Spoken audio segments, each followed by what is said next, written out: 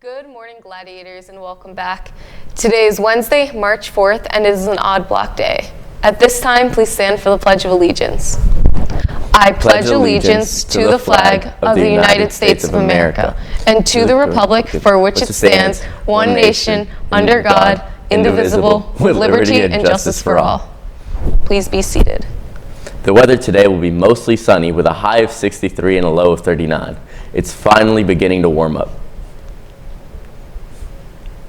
This week for Women's History Month, we're featuring women authors. Today we are highlighting Celeste Ng.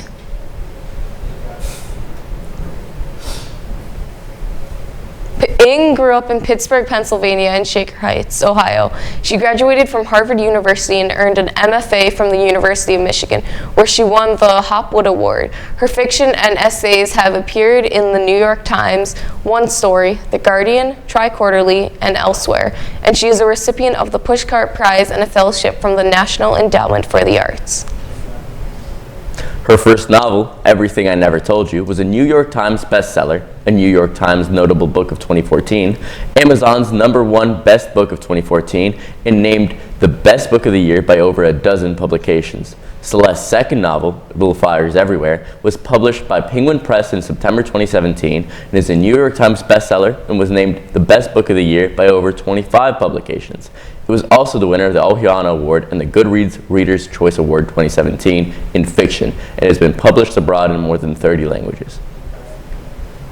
The representation in Ng's work has proved deeply meaningful for her readers.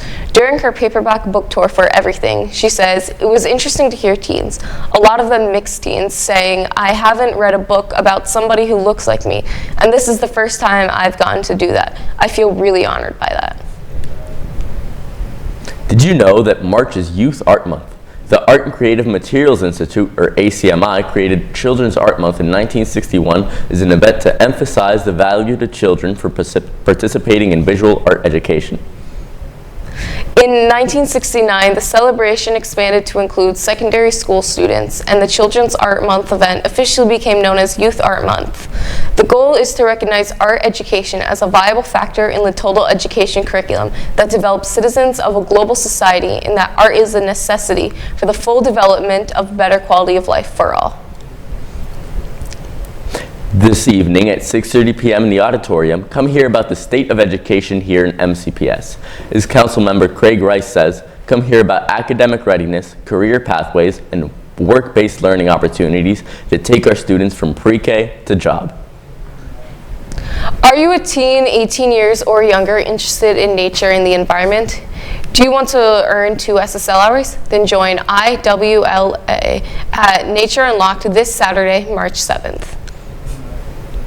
At noon, there will be a program featuring sessions on water resource management and tree identification. Also, it's free. Make sure to try and come on down.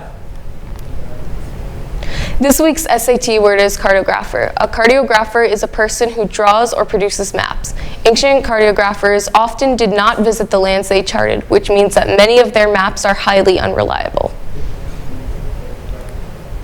If you're interested in acting in film, then TRICA is the event for you. Director Sorshana Rosenbaum will be speaking of her experiences working in the film field. They will also be announcing TRICA's new president for next year. Come to Imagination Stage from 6:30 to 8:30 p.m. this Saturday. Don't miss out. The Choose Respect PSA competition deadline has been extended to March 6th. That's this Friday. There's still time to enter. Note that in order to be eligible for the prize, you must also attend the Choose Respect Fest on March 29th. Registration is free for those who wish to attend, and you do not have to be entering the contest to come out. It is a great opportunity for some SSL hours. For more information, go to montgomerycountymd.gov/FJC/ChooseRespect with a slash at the end. That's not all, Gladiator filmmakers. The CERT PSA contest deadline has also been extended to this Friday, March 6th. Don't miss out on an opportunity to enter. All seniors who have not already signed off on their diploma order need to see the registrar, Ms. Khan, in room B105 by Thursday, March 5th. Unfortunately, a lot of seniors have not turned in their cap and gown sizes. If you've not done so, please check your emails for the link to put up your sizes in. The deadline is this Friday. Don't forget, seniors. Have a great day, Gladiators. Enjoy your day, and we will see you tomorrow. I'm Layla Goodwin. And I'm Miguel Cuesta For the Northwood Update on WNHS.